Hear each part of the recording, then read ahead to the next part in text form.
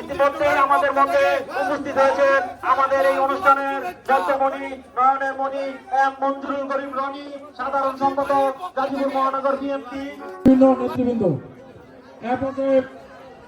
এ পর্যায়ে সংক্ষিপ্ত বক্তব্য আমি মঞ্চে আসার জন্য বিনীতভাবে অনুরোধ করছি আমাদের মহানগর ছাত্র দলের সংগ্রামী সভাপতি রোহানুজ্জামান শুক্রকে মঞ্চে আসার জন্য বিনীতভাবে অনুরোধ করছি।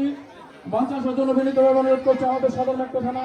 এখন মানুষ স্বাধীনভাবে এই সাংস্কৃতিক অনুষ্ঠানের আয়োজন করছে, কোথাও ক্রীড়া প্রতিযোগিতা হচ্ছে, ব্যাডমিন্টন টুর্নামেন্ট হচ্ছে, ফুটবল খেলা হচ্ছে, ক্রিকেট খেলা হচ্ছে এবং ওয়াজ মাহফিল হচ্ছে, কীর্তন হচ্ছে।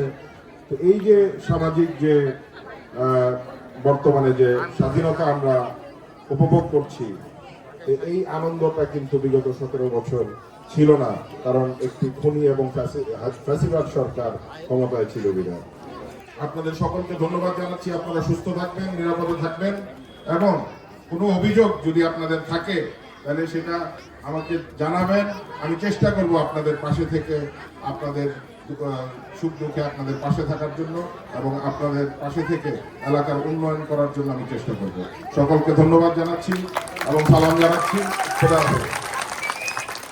আমার পক্ষ থেকে আজকের এই নাটকের জন্য একটু সহযোগিতা। হ্যাঁ, কানে দিব।